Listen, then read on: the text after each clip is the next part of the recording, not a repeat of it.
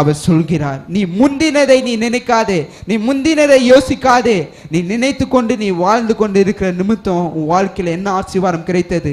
வெறும் ஆசீர்வாதத்துக்கு மட்டும் ஒரு சபையை தேடி, மீதி காரியங்கள் எல்லாம் ஒரு சபையிலே தேடி பெயருக்காக சபைக்கு போகாதீர்கள், உயர்வுக்காக சபைக்கு போறாதீங்க. அவங்க பெரிய சபை, எனக்கு உதவி செய்வாங்க, என் பிள்ளைகளை சந்திப்பாங்க, என் பிள்ளைகளுக்கு படிக்க வைப்பாங்க, அப்படி என்று நீங்கள் அந்த சபைக்கு தேடி போகாதபடி, ஆசீர்வாதத்துக்கு மட்டும் ஒரு சபையை வைத்து கொண்டு, ஆட்டுல ஒரு கால் ஒரு சேத்துல ஒரு கால், ஒரு வசனம் மிகுந்த அழகான ஒரு வசனம் இருக்கிறது, நீ அனலும் இல்லாமல் குருளும் இல்லாமல் நீ இருந்த என்றால் உன்னை கர்த்தர் என்ன பண்ணி போகிறார்? வாந்தி பண்ணி போற வல்லவராயிருக்கிறார். நீ எப்படியாக இருக்க வேண்டும்?